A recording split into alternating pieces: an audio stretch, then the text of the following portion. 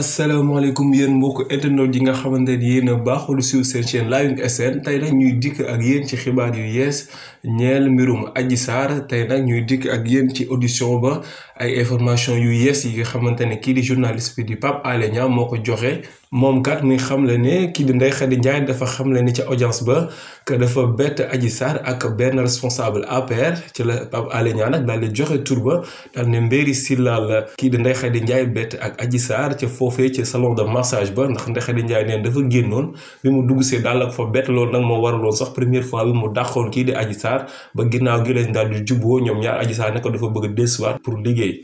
gannaaw ba coow li éclaté nag kii di Ndeye Khady Ndiaye xamal na ne kii di Mbéri Sylla woo na ko ci téléphone fixe am di ko menacé daal di koy xamal ni bis bu tuddi turam daal moom dina ko faat.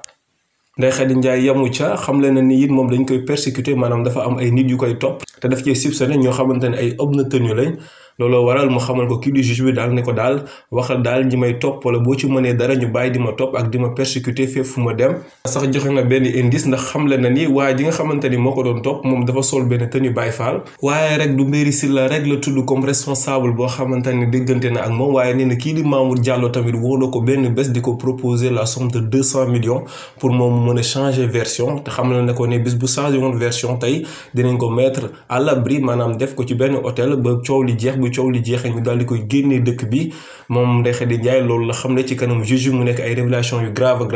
waaye rek yemu ca xamle na ni tamit kii di Adji Sarr confié ne ko ni moom daal Tahirou Sarr tamit moo ko ëmbal loolu tamit Ndeye Khady Ndiaye mi ko xamle devant le doyen des juges foofu ca bureau ba.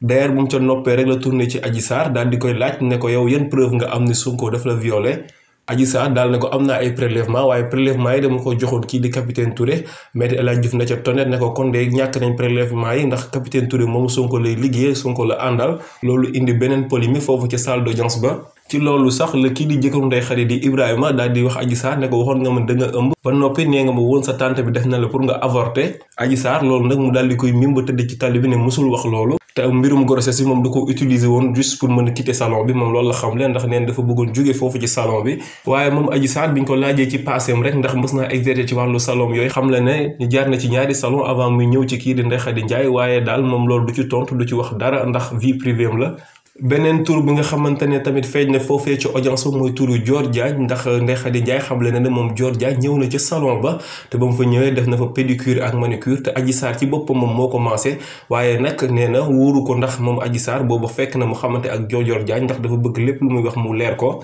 waaye li wóor te leer moo di kooku di Dior Diagne nee na ñëw na foofee ci salon ba te def na fa pédicure ak manucure te Adji Sarr ci boppam moo commencé.